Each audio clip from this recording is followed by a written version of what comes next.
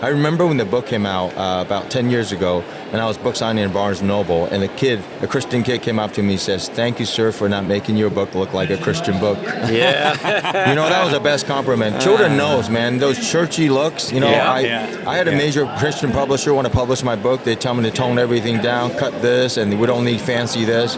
And it really breaks my heart, just their mentality of just making God smaller than what the world is doing. Disney they're told me... putting them into a box, right? Yeah. Disney tells me do everything with excellence. When we do have Christian publishers and they're just publishing this cheesy crap that I can't stand watching, that's not what God deserves. I'm sorry. I don't care how much money you make. You got to recognize our God is almighty. Yeah. He created everything with excellence.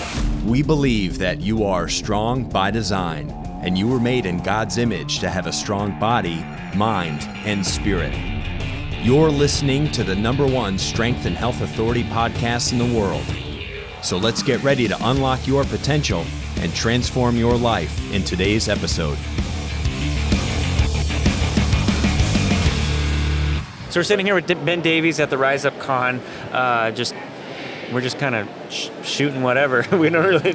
We're just hitting record with anybody who we feel is willing. They just pulled me off the street. That's right. This is a bum we can bring over It here and was talk about. crazy. This guy looks the important. things that you were wearing when we found you. I'm glad that we got you some new clothes.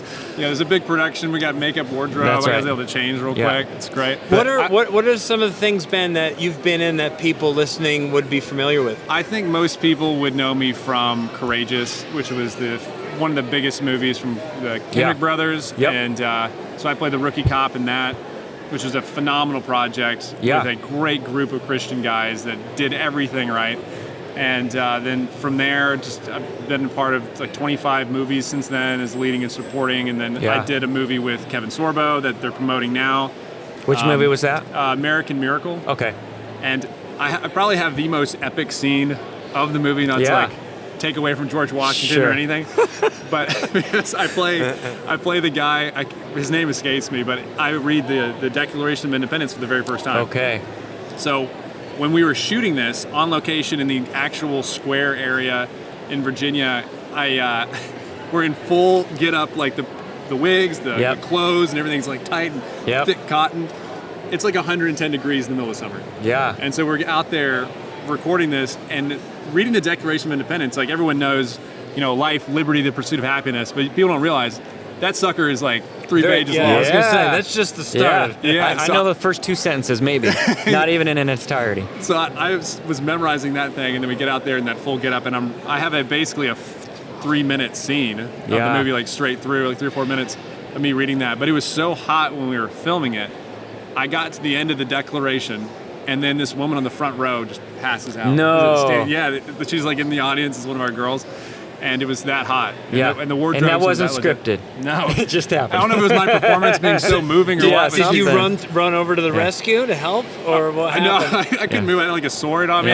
The medical people came in really quickly and took care of everybody. But it was just, it's and hot. Did it make the cut?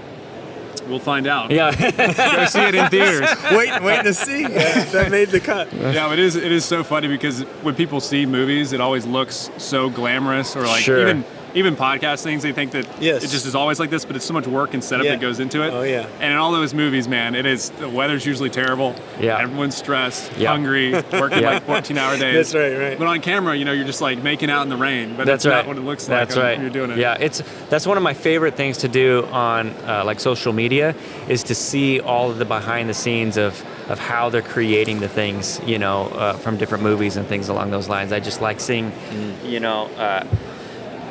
Men in Black with the 2 guys sitting on the bench, but it's like a picture that someone took behind the scenes with all the gear and everything happening to make that scene possible and stuff. It's fascinating to me. It is fascinating. Well, it's movie making or television or even YouTube.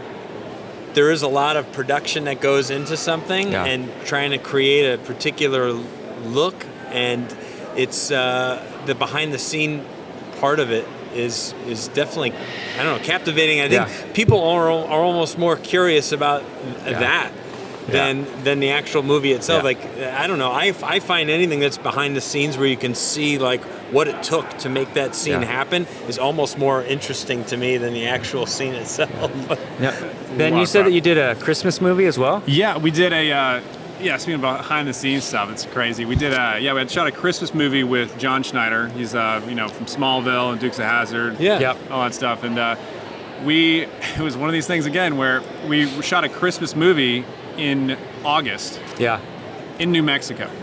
Okay. Oh my gosh! So you're wearing clothes to match. Why wouldn't you? Yeah, of course. But let me guess. It was supposed to be Christmas time, but it probably wasn't supposed to be Mexico. I forgot where the movie actually took place. It's like, but it didn't matter at the time because all we could care about was the fact that I'm wearing a sweatshirt the entire movie. And they had like the fake snow, which is actually sugar, like melting on you. Oh my gosh! In the middle of summer, and it was so miserable to shoot. But then when you see it on camera, you're like, oh, this is a very jovial, fun movie. Yeah. And then we're so miserable, but look how well we hide it. So that was and then Eric Roberts was in the movie too, and we worked. Is that with Julia Roberts' brother? Eric Roberts. He was in the Dark Knight and about 900 other movies. Yeah, he's been in a lot of movies over the years. He never stops filming. Like he'll just go from like movie to movie to movie. Interesting. He's like Kevin Bacon-esque. He's in a lot of stuff. Yeah, and then it's to the point because he's done so many films that he doesn't have time to be off book or memorize, and some other actors do this, but he has note cards. So even for Rumors of Wars, like I shot with him a while ago, he would do a scene and then there would be giant note cards with his lines on. So he'd be looking around and is just reading off these cards. Oh my gosh. But the guy's so good. He's mastered that. Yeah, he can do it, and it seems like he's just in the scene with you. Yeah. Which is just a skill in and of itself. Yeah. Like, I don't know how many. Yeah. I mean, he's put in 40 years of it. Right. Do you know the comedian Nate Bargatze? Yeah, he's a Tennessee guy. Yeah, so he was talking about being on SNL and trying to like find the cue cards. And he's like, I think it was on a podcast that he was on. He's like, if you watch my eyes, you can see it looks like a dramatic pause, but really I'm just looking around the room trying to find the cue card. Dude, he's the man. I got to go back and watch it now. Yeah. I did notice that SNL had those because I'd see them look off camera in certain scenes. Yeah. But one of the things that Eric does is he has the cards and then someone has the script and a laser pointer. Okay. And so it'll point you to the card, and maybe SNL. That's cool. Maybe the guy messed up. Yeah, the laser pointer was. He had his cat with him that day. He said there's like distracted. 3 sets of cards around too. Yeah. I mean, because they're like I don't know, depending on what camera angle you're getting. Where they want you to look. I would think they would probably try and cue that up. I don't know. Well, Nate's also a guy who doesn't go off script, right? He knows what his routine is, and he just presents. He's a stage presenter, but everything's in his head. He doesn't, so he's not used to probably having anything to read. I didn't even know that was so much of the comedy thing, because one of the skills, I guess, from listening to Joe Rogan, like how much prep goes into these sets and curing it down to the exact beats, exact time. But that's the key of that is they make it seem like it's so off the cuff, right? Right. But they've run that through probably so many 1,000 times. Oh, yeah. That's exactly right. To where it sounds like Nate is just talking and riffing about stuff and his wife and his kid. But I mean, he's been writing for weeks and getting that prep. It's pretty wild to see guys just master their craft like that. Well, he's the hottest thing going right now in terms of stand-up comedy. I saw him perform, brought my wife to it in December of 23, just last year, at Amalie Arena, and his dad was one of the openers. Nate's father is the final. Dude Magic? He's a former magician or current magician, but he's and it was very touching and moving to see his dad perform as like the introductory comedian to his own son, and he started to get a little bit emotional, and he's like, enjoy my son, like what an honor for Nate to have his father present him in a way, but also for the father to like look what I've made. My son is like the best at it right now, and it filled an arena, and it was one of the best live comedy shows I've ever gone to. My wife laughed for an hour and a half straight. It was so great. That's incredible. First of all, I'm happy that Nate's gotten famous, because I can brag that like I think my brother-in-law showed me his tapes or his podcast. He's been around for years. For a long time. And I was like, who is this like quirky guy? And now he's just blowing up. It's so cool. It's funny how different he looked like 10 years ago. The dark hair, a little pudgy. Yeah, he's really thinned out. But that's so cool they did that, because it's just such a great example of what the people need that are going to those shows anyway, to see like a father like raise his son. And then I saw one where he has his daughter introduce him. And you get to see a family like going through this crazy life together. And here's the thing, too, is he's being highly successful without having to be nasty and raunchy. No, he's not. I sat down and watched it with my 12-year-old son, and not once did I go, oh man, he shouldn't be listening to this. That's right. You know, for us to be able to sit down and enjoy something like that together is so good. And just to enjoy, like, I think it's Tim Hawkins. Tim Hawkins is another one. He's phenomenal. He talks about like it's the joy of the Lord, right? Like, we're doing this to have fun, and to, like, God wants us to have fun together. So that's why I so appreciate like what you're doing in the entertainment world, where it's like we should be the best at this. Like we should be leading the way in this, and it shouldn't be Hollywood. You know what I'm saying? And so I'm grateful for people like you and the things that you're doing, because we need it. Well, I mean, I'm just thankful that I've been able to work with a bunch of great people that let me stand in front of the camera, and they work magic before and afterwards. But what projects are you really excited about right now that you're working on? Well, there's a couple that are kind of pre-production that I can't talk about necessarily. I know there's one. Yeah, but you should. I'm just kidding. Come on. It's like turn the microphones down. That's right. There's one that we're in pre-production on that's called Quandary. That's a psychological thriller that involves a military guy with PTSD that doesn't know reality. And so he's lost trying to figure out what's real, what's not. And it's been a really strong film that we're working on. And then there's we're working with Kirk Cameron, actually, and I have been working on this script for Alfred the Great, which he's like this historical figure that not a lot of movies have been about, but he is the most important historical figure probably after Moses, because it was the crux of all of Europe coming together in this one moment with this one guy. And if he hadn't been there, if God hadn't worked through this one guy, the entire Western civilization that we know of today would have fallen. He was also the first one that came up with like states and like separating kind of like the powers of states.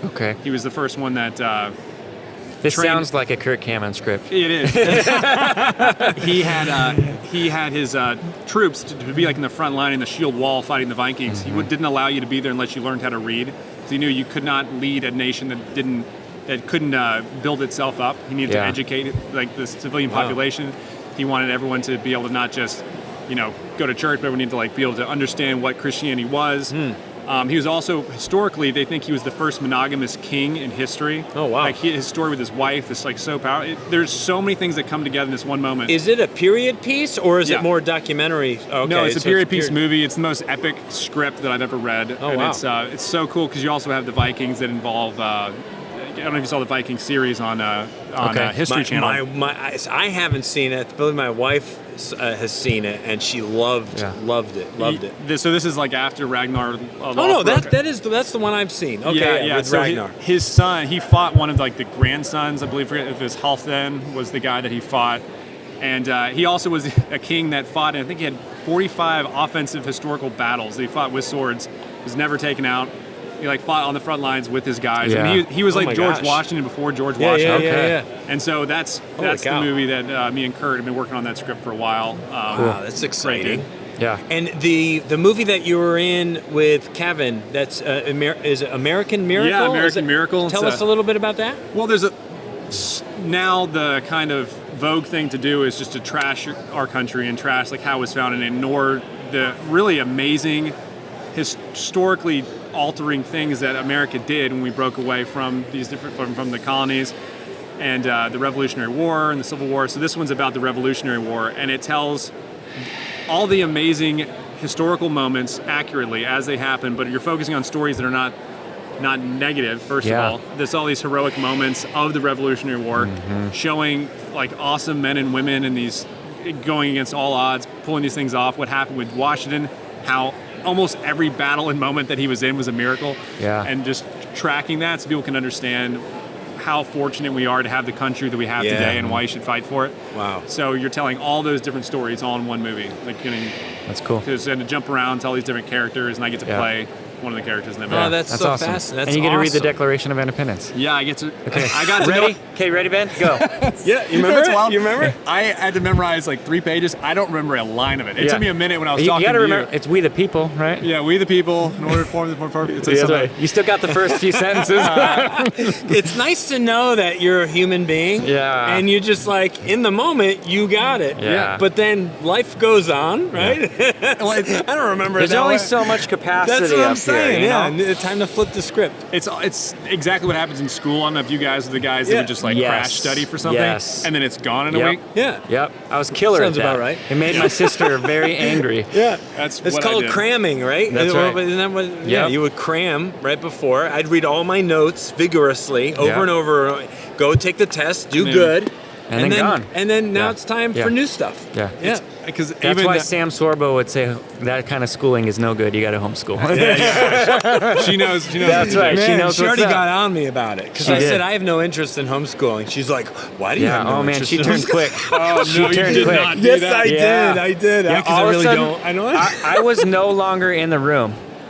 It was just her and Chris. Yeah, she was late. Yeah, she she gave was- me these eyes. I was Yeah. like, oh Yeah, my yeah, gosh, I've yeah. said the wrong thing. I Yeah. said, but I do coach. I said, I coach baseball. She's like, well, that's just like teaching. And I'm like, okay, but I like that, but I don't like teaching Yeah. my kids. Yeah. Yeah. It's. I'm surprised she didn't just like stop the interview right there. No, It's like, we this didn't is interview. over. This No, wasn't an interview. I'm This was taking- just I think at our that's why she table. hasn't come over here yet. Yeah. Probably. Yeah, She's I avoiding said me. she should come over. I was like, this is good stuff right here. Oh, like, no. yeah, she's gonna She was great. make a believer out of Chris. You know. Yeah, she might. So- she might. I think the sports stuff is great though. I don't. Every child should have to, I think, do some type of Organized sport, even if sports, you're bad at it. yes. It just teaches you lessons you would Maybe never if it was learn government funded. otherwise. That's Yeah, all we right. need. We just We don't need them ruining something else. Dude, Oh my goodness. I was so bad at football. I was talking to one of my buddies here who played football at Oregon, and I was not good at football. I always came in late because I was a track guy. I was an All-American in track, but I was terrible at it. But I would not trade any of those memories because there's no other thing you can learn where you can get in these physical trenches with people you have to depend on, and everyone's Yeah. working together, and you're sacrificing. So one guy, 3 plays down, can make a touchdown. That's right. And it's just, I don't know how you can get that from a book or some teacher telling you hey, you should do this for without someone. experiencing it yourself. Yeah, you kind of You can't. got to get into the thick of it with people. Yeah. No, Yeah. you Figure it do, out. and that can look very different from one sport to the next. But the end game is like whether you're a basketball team or you're on a football field or a baseball field or whatever it is, you can still have those that teamwork, that building towards a goal together and fighting for each other and lifting each other up. Like you can't get that in a classroom. No. And I've coached youth baseball for going on 7 years, and it's a way for my son and I to connect, and it's absolutely awesome. And I'm exhausted from it, but every year, every half year, because the seasons in Florida are never ending. Oh, so man. I'm coaching baseball year round. My wife's like, you should take like a season off. I'm like, babe, I know I feel like that right now because the season just ended, but I'm going to be ready to go once it starts back up, because my son and I will never forget all those memories that we've made. So Ben, we're off tangent. Yeah, no, you're good. You're good. So I know that you also have done some stuff with Daily Wire as well. Oh yeah. So what kind of what involvement do you have over there? Well, so I produce the Michael Knowles show, so I'm in charge of everything that we do for the show, as far as finding different interviewers if people want to talk to, if there's a crazy current event thing, trying to track down that person and get them on live. I also get to title and do the thumbnail designs for every show, and then we produce several different side series from the Michael Knowles show, because Michael Knowles show is more news, current events, that kind of stuff. But I made a game show for people to bring on. We had Gina Carano and Tim Ballard and Jim Caviezel and Lauren Southern, Matt Walsh. We'd come in, and it's kind of like, instead of doing a typical interview style where we're kind of have prepared questions or someone's selling a book, it's these prompts similar to something like what's that card game? It's the most popular card game in the world. What's it? Solitaire? No. Yeah, I've been playing that like crazy on my phone. Oh, Cards Against Humanity. So Oh, basically, okay. Gotcha. so if we were playing this show called Yes or No that I made at the Daily Wire, where there's a series of cards. Say the card is the UFO landings were real or whatever, and then I have to guess yes or no for you, because I know you a little bit. I'm like, are you? maybe yes, no, and then so you're trying to guess how well you know the other person. Sure. And then you get to hear their binary choice answer, and it's like, oh, no way, like what made you start going into it? So it just sparks conversation in it. Fun. So it's a super fun game show that's now a game you can buy, which is fun. And then I also produce the Cross the Line, which is a series where we find protesters at the speeches, and I get to interview them, and they come sit with Michael Knowles afterwards. That's fun. Face Off is like a competition show with all these different celebrities doing trivia, stuff like that. That's cool. So there's a lot of side shows we do at the Daily Wire, and it's been a lot of fun being in the trenches with that team on a daily basis. That's good. Wow, that's awesome. You're hitting it from every angle, man. So you like that? You like being in front of the camera, but you really like the production side and being behind the other, in other ways. Yeah, it's like there's nothing like jumping into a film role. Like that's my favorite, is being an actor, being able to take on a character role. But you're also at the mercy of whatever is offered to you. Sure. And then also sometimes you read a script and you're like, oh man, the story could be better. But then it's fun getting to write and produce your own stuff. Yeah. It's like now all the things that I wanted to say or I wanted to do, I can actually make those happen. Yeah. And then doing current events, it's never boring. You get to drive the car a little bit more, as opposed to riding in the back seat. But sometimes it's great just to chill in the back seat. Sure, And hang out. it is. Yeah, both are good. Well, Ben, it's been thanks for, you just walked by. It was awesome, and thanks for hanging out with us for 20 minutes or so. Pulled me off the street. I was homeless, and you guys like, come on in, man. I forgot that we clothed you and did all the good things. Yeah. We would have been over there hounding you to try and get you over here, That's but right. it just you wanted God on your said, own. hey Ben, That's go check out the Strong by Design podcast. Yeah, and it was great hearing what you guys are about as far as like focusing on strengthening the spirit, strengthening the body, because I believe in both those things completely. Yeah. From my sports background, I'm really passionate about getting people healthy the right way. Yes. Because like so much of that, is just things that you can do yourself, and you can just work out, eat cleaner, do these different things for your body, and then getting into the Word is so key for all this stuff. Absolutely. You're perfect for the show. That's right. We'll have to have him like a full episode. We'll have to have you. You do virtual podcasts if we'll have you, or If I can find internet when I'm living on the street, that's right. Yeah. I can pipe in whenever, man. We can do it. Yeah. You guys got a great thing going. Yeah, it'd be fun. man, we'd Always love love to, to. love It'd be to fun, yeah. talk with you again and go deeper on something. So it's a real pleasure, and it's Davies. It is. That's what I said the whole Ben, time. I know. Ben Davies. Yeah. Easy. You did it. You got it. Davies. Yeah, Ben absolute Davies. pleasure. Listen, Yeah. this is the beginning of it. It's going to be a household name, and people are going to go back and look at this, and they're going to be like, I remember when Ben Davies was on that Strong by Design podcast. Came on Strong by Design. This will be the show that really launches you. And then he'll plug his Instagram handle at Ben Davies Actor on X and Instagram. You guys can follow me there. There you go. A lot of fun stuff going on. We'll be following you wherever we can, man. That's right. Thank you for making time for us today. Absolutely. Oh, of course. Appreciate you. So still here at Rise Up Con, sitting here with Davy Liu. If you're watching the podcast right now, here, Davy, look right at that. Yeah. Okay? And you guys have like 2 seconds to try to figure out who he is before I tell you who he is. But actually, Davy Liu, you worked with Disney for a long time, and now you're bringing out your own Disney kind of style, but your own production. And so I'm just going to pass it over. You share a little bit about what's going on with you. I know this has been a vision for 20 years, you said. Yeah. So fill us in. Yeah, so I grew up in Orlando and didn't know that Disney was looking for people after Little Mermaid. So I was going to school and they were looking for 8 kids out of the whole entire world. I was one of the 8 kids got recruited in 1989. So in 1990, I started in Disney Animations in Florida, started working on Rescue Down Under, Beauty and the Beast, Aladdin, Lion King, and then Mulan. So with that journey, I saw Disney was the largest children's ministry. Every time I go to church, man, I was like, these poor kids are watching VeggieTales for the 1000th time. I said, Lord, there's got to be more than VeggieTales. So I decided to leave Disney after Star Wars, which is 2000. I left Disney and started my studio. It's called Animations, Kendu Films, and in LA. And Kendus come from You Can Do All Things Through Christ. Yeah. So that's our first feature film that I wrote, Animal Perspective of Noah's Ark. It's going to be in the movie theater in 2026. Love it. That's so cool. You have by the way, you have probably the coolest exhibit here in the entire building. Yeah. So we'll have to take a picture of it and put it on the thumb somehow. Yes, we will. Thank you. We will. Yeah, it's pretty amazing. I'm super excited. I mean, I've said it for a long time that I believe that that we have been created in God's image, and that God is a creator. That's right. And as that, we are creators. And why, for so long, are we following Hollywood and not being the leaders of entertainment? So I'm so grateful for what you're doing and what God is using you to do. For my own kids' sake, because we want them, like, we're cutting out so much from their life, and I'm like, God, what do we do with our time? You know what I mean? Because we want them to not be weird and awkward. We want them to be full-rounded human beings. But at the same time, we want them to be able to have things that they can enjoy, that we know are safe, and giving them solid messaging that isn't cheesy and terrible. Yeah, that's exactly it, because you just said it. In the beginning, God created the heavens and earth, and that's God's first attribute in the Bible. And creativity should not be owned by the Hollywood. Christian needs to take that creativity, that spirit of living God that can create 5 bread out of 2 fish to feed the 5,000.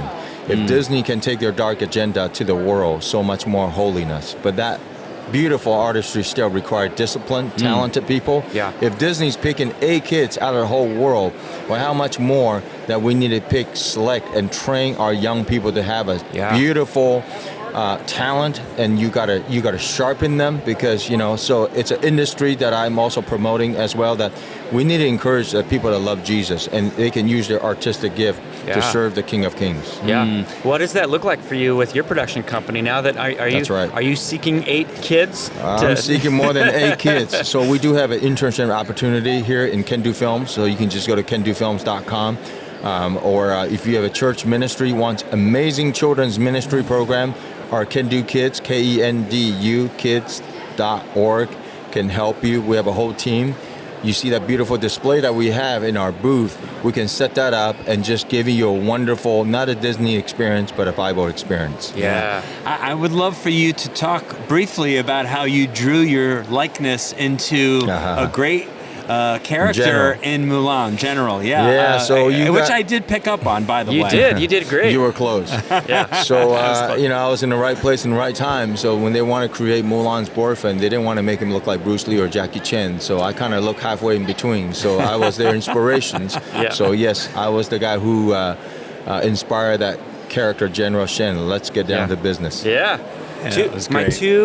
My personal 2 favorite Disney movies, Beauty and the Beast and Mulan. Like, those are 2 of my favorite ones, and you are a part of both of those. That's right. That's right. So thank you. Yeah, you're welcome. Thank you for being amazing. And thank you for now shifting us to. I'm pumped for all the stuff that's going to come out. And it's not just movies either. You have books. Tell us about your children's books. So currently the film takes 2 years with 2,000 animators. It's that long. So we want the family kind of know the synopsis of the film so they can share this with their non-Christian children. I remember when the book came out about 10 years ago, and I was book signing in Barnes & Noble, and a Christian kid came up to me and says, "Thank you, sir, for not making your book look like a Christian book." That was the best compliment. Children knows, man, those churchy looks. I had a major Christian publisher want to publish my book. They tell me to tone everything down, cut this, and we don't need fancy this. And it really breaks my heart, just their mentality of just making God smaller than what the world is doing. Disney told me... putting them into a box, right? Disney tells me do everything with excellence. When you have Christian publishers and they're just publishing this cheesy crap that I can't stand watching, that's not what God deserves. I'm sorry. I don't care how much money you make. You got to recognize our God is almighty. He created everything with excellence. So in our whole entire series of the picture book that we have here in the Christian convention here, the books we have won the best children's book award in China. How do I do that? Because I have made the Bible to look like mainstream. I need you to say that again. You won the best children's book in China. Communist China. Absolutely. Because our spreading the gospel. That's right. When Pastor told me that you can't do it, how do you take the gospel like you did with the Lion King? Well, when I created the Lion King is the story of Moses, okay? So it's not overly religious and Christian and churchy. So I got that wonderful ideas of creating the animal perspective of Noah's Ark, fish perspective, Moses parting the Red Sea, right? A whale perspective of Jonah, lion perspective, why they need the prophet Daniel. I got this wonderful creativity that was spin it off from a different perspective, but you experience the same biblical event. And that's what I call creativity in its best. And so that's what we did with the whole genre of our film, our books. Everything we do, we didn't have this churchy look, and that's why I'm able to go to communist country China. Yeah, they look beautifully illustrated. Yes. You have as we've talked about a few times, the display over there is so impressive, but it does make me want to run out and buy a whole stack of your books. It does. All of it. All of it is good. And for, I think that you said you don't want to be, you want to be mainstream. That's right. Yeah, and I think that's the right mentality, and as we should be. And if we're ever going to see, like I say this all the time, revival comes in the home. Yeah. And we need good things in the home 100%. that can help raise our kids up 100%. to understand what it is to follow God, and that's what's going to transform our country. It's not going to come from politics. It's not going to come from the top down. That's right. It comes from the ground up. That's so right. thank you for being on the front lines of that. We really appreciate that. Yeah, we appreciate what you're doing in the world. Thank and we would love to obviously go with a full episode leading up to your launch of your movie in 2026. So hopefully this won't be the last time we get to talk with you. Yeah. Thank you so much, man. We can do this. Yeah. We can do this. We can. It's happening. You can't stop it. You got it. That's right. Okay. Love it. Thank God you, man. bless, All right. Davey. You got it. You can do it. You can do it. Thank you so much for listening to the Strong by Design podcast. If you found value in today's episode, please subscribe so that more people can find out about our show. Plus, you don't want to miss any future episodes with the amazing guests and topics we have lined up for you.